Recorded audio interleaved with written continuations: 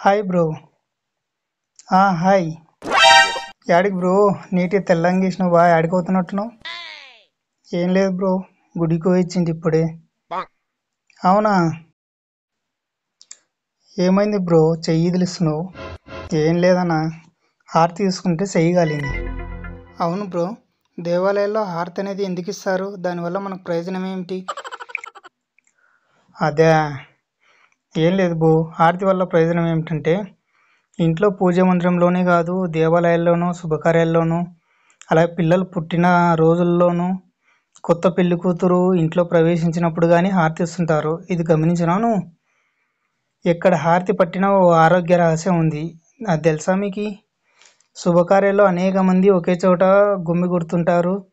అలాగే గుడిలో అనేక మంది భక్తులు భగవంతుని కూడా దర్శిస్తుంటారు. దానివల్ల పరిసర ప్రాంతపు గాలి కాలుష్యం మొత్తం అవుతుంది. అందులో అనేక క్రిములు కూడా ఉంటాయి. దానివల్ల కర్పూరం వెలిగించి హారతి ఇవ్వడం ద్వారా దాని పొగకు అనేక సూక్ష్మక్రిములు నశిస్తాయి. శ్వాసకోశ వ్యాధులు అనేటివి కూడా తగ్గుతాయి. అలాగే మనిషికి అనేక రోగాలు వస్తాయి. దానివల్ల ఈ హారతి తీసుకోవడం వల్ల ఆ రోగాలన్నీ కూడా పోతాయి.